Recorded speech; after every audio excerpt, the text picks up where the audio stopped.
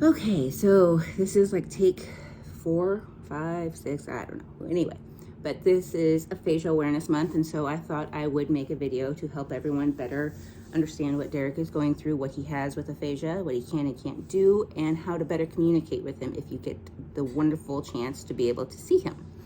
But anyway, so aphasia is the inability to understand speech, to express speech, to read or write.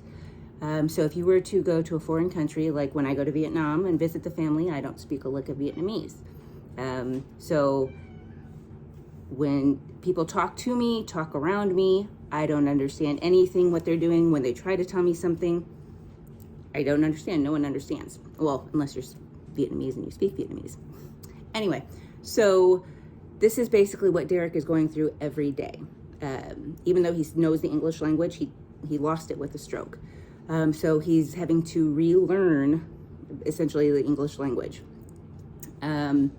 So the best way to help him communicate, or help to communicate with him, I should say, is to use short, slow, simple sentences. Not using run-on sentences. Speaking fast is very hard for him, which this is very hard for me. I am a fast speaker. But short, slow, and simple sentences. Also, one thing that we do is we write down keywords, especially if he does have a hard time understanding what I'm saying. So when we're watching TV, say for instance, and he gets lost with the plot or something, I have to write down, that the nurse and Kristen and David were passing a note and blah, blah, blah. But you want to write down keywords of what you're trying to say. You can use gestures, like it's charades, expressive voice, but not loud. You want to speak in your normal tone, which that's a problem for me because I'm a loud person and loud sounds bother him even more so now. Pictures help him quite a bit as well, but he is basically starting from ground zero. He doesn't know his alphabet. He knows numbers 1 through 10, but like if you were to just throw out a number, he has to count up to that number to understand what number it is. If for him microwaving things, if I tell him 40 seconds, I have to, show him 1, 2, 3, 4 0 seconds, and sometimes he still doesn't understand that. Yes, no questions are always easiest for him. You want to make sure to give him time to process what you've said after speaking slowly, the short, simple sentences. So give him, like 5-second break before you start the next one, before, if he asks you a question or says something to you, wait a few seconds and then answer slowly. But I wanted to show you like what we are working with to give you an idea. So he's in a research study and they will give him directions, and the research study, say for instance, take the comb and put it over the book. And he doesn't understand what that is. So like right now, we're working on directions. So up, down, left, right, diagonal, over, under, around, through, next to. The letters of the alphabet are up on the board, along with the numbers and the written numbers. We're also working on body parts. He doesn't understand the difference between the arm and the leg, what fingers are, what a nose is, lips, anything like that. He doesn't remember my name probably more than 50% of the time.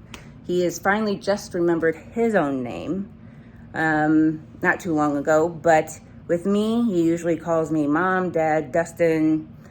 The other day he called me Human because he couldn't remember my name. But he has a long way to go. So even though he's progressing really, really well physically with his arm, with his leg, and he is actually progressing really well with his speech, because when his stroke first happened, all he could say was no. No, no, no, no. And if it was a yes or no question and he wanted to answer yes, he would still say no. But he then got confused. So I'm like, okay, so you mean yes? He's like, no. And it's horribly confusing. Anyway, so he has difficulty understanding relationships, daughter, mother, brother, ex-wife, granddaughter, any of those types of relationships. He cannot grasp those at all. But when we go to a doctor's appointment, and the doctor is explaining everything, and they usually explain it rather quickly, he can understand it no problem, he says. I don't know if he's lying or not, but he says he can pretty much understand it. But then he has trouble understanding me telling him to rinse a container first before putting it in the recycling bin. He doesn't get that. So it's really interesting.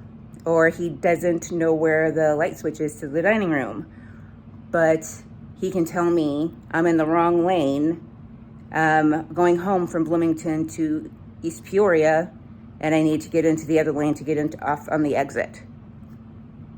It's really bizarre. So in social settings, he'll be really quiet. We try to limit it to, like small group of 4 people, including us, but that doesn't always happen. The bigger the group, the harder it is, because there's so many more conversations happening. The faster the conversations are happening. And it's very difficult for him. He usually just ends up staying quiet and listening. I've been trying to encourage him more to have a conversation with people, but he gets very intimidated and self-conscious about it. He thinks that people aren't patient, or they won't be patient with him. And that's not the case at all. So far, everybody has been exceedingly patient with him. It's just in his head that he thinks that he's going too slow, or he doesn't know the words or whatever. So, just encourage him to speak as best he can and to take his time. We've got objects around the house. I think I posted them on Facebook before. Posted around the house of what objects are.